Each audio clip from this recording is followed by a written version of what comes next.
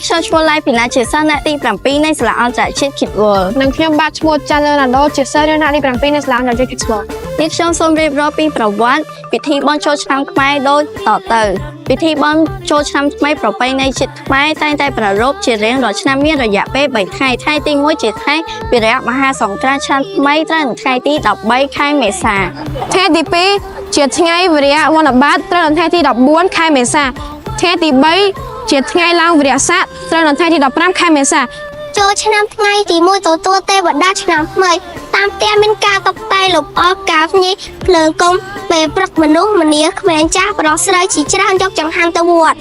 ដោយតាមវត្តនឹងតែគេនាំគ្នាលេងល្បែងប្រជាប្រិយយ៉ាងខ្ជិលខ្ញាដូចជាលេងបោះអង្គុយលេងលាក់កំផែងលេងទៀបព្រត់លេងដដាប់ស្លឹកឈើអ្នកខ្លះរាំកំផែងយ៉ាងសប្បាយរីករាយ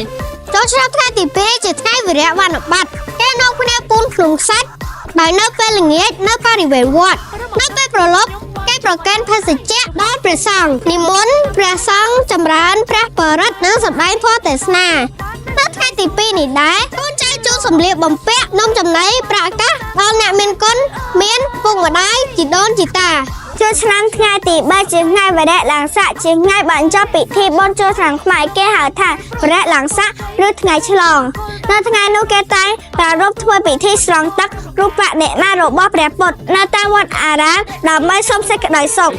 នៅក្នុងឱកាសពិធីបុណ្យចូលឆ្នាំថ្មីប្រពៃណីជាតិខ្មែរនេះដែរសាលាអន្តរជាតិ Kids World សូមជូនពរទៅអ្នកអាណាព្យាបាលថ្នាក់ដឹកនាំបុគ្គលិកលោកគ្រូអ្នកគ្រូលោកស្រីសូមឲ្យជួបប្រទះតែសេចក្តីសុខនិងសុវត្ថិភាពទាំងអស់គ្នាសូមអរគុណ